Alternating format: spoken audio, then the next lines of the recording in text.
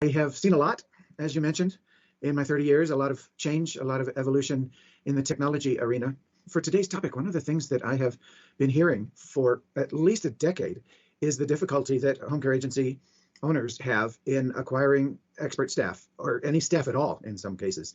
This is not something new. It was made worse by COVID, but I heard it from agency owners everywhere I went long before 2020. So it's an ongoing problem. And the issue essentially is you need to have enough revenue in order to pay enough to attract your expert caregivers. And there's a limit on what you can charge. Sometimes it's the payer, Medicare, Medicaid, or the patient and family themselves.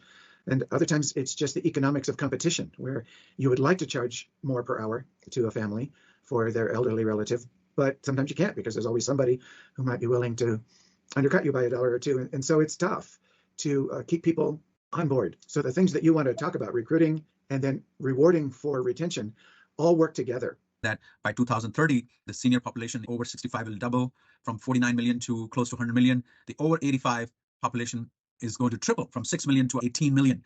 But then the reverse trend that's happening is the population between 18 and 64, the available workforce, there is no growth anticipated. So that population will remain stagnant. So that speaks that somehow we have to get the cream from that population, which will essentially not grow over the next decade. We have to have some way to extract that cream juice to have the growing demand. Sure.